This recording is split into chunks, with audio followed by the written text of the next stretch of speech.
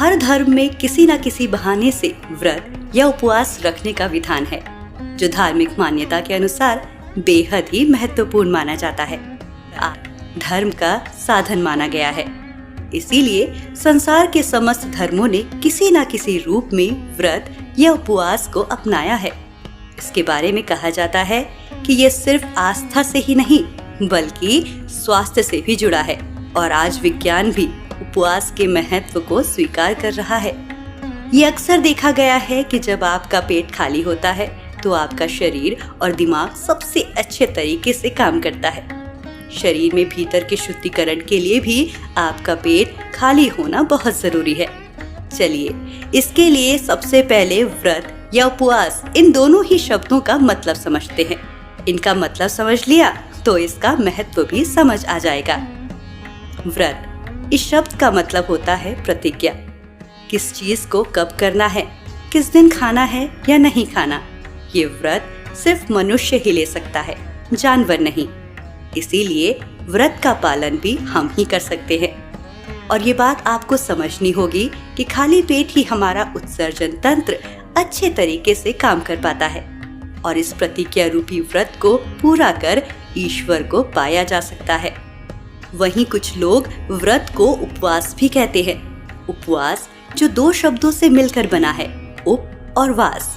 ये दोनों संस्कृत शब्द हैं। उप का मतलब होता है नजदीक और वास का मतलब होता है निवास।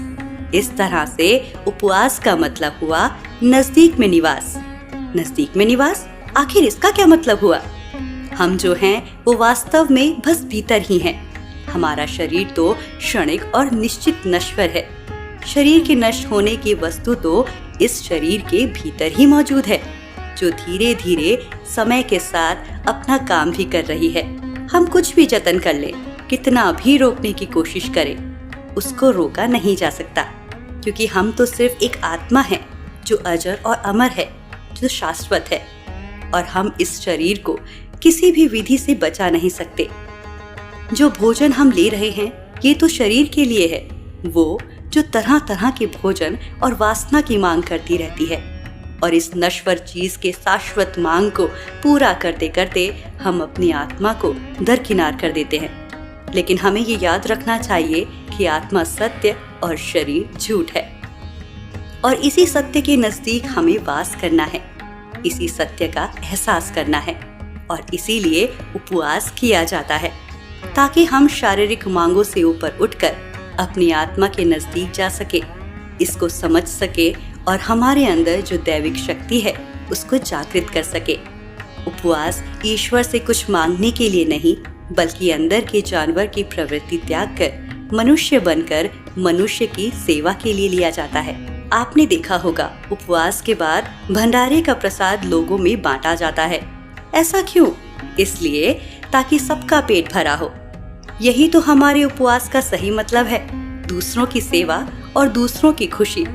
और यही निस्वार्थ भाव हमें ईश्वर के करीब पहुंचाता है। और ये तभी संभव है जब मनुष्य भौतिक चीजों से ऊपर उठकर आध्यात्मिकता को अपना जीवन का केंद्र बनाने का व्रत ले, क्योंकि ये उपवास ही आत्मा के होने का एहसास दिलाती है और शरीर के अशुद्धियों को भी नष्ट कर देती है। यानी उपवास में शारीरिक, मानसिक, आत्मिक, दैविक और सामाजिक, इन सभी को आपके जीवन में लाने की शक्ति होती है। आप भी उपवास का प्रसाद ग्रहण करें और पूरी आस्था के साथ भगवान भोलेनाथ से अपने अंतर्मन को शांति प्रदान करने की प्रार्थना करें, और खुद की जागृति से खुद के और भोलेनाथ के नजदीक पहुँचे। इसी कामना के साथ हम लेते हैं आपसे इजाजत। ओम नमः शिवाय।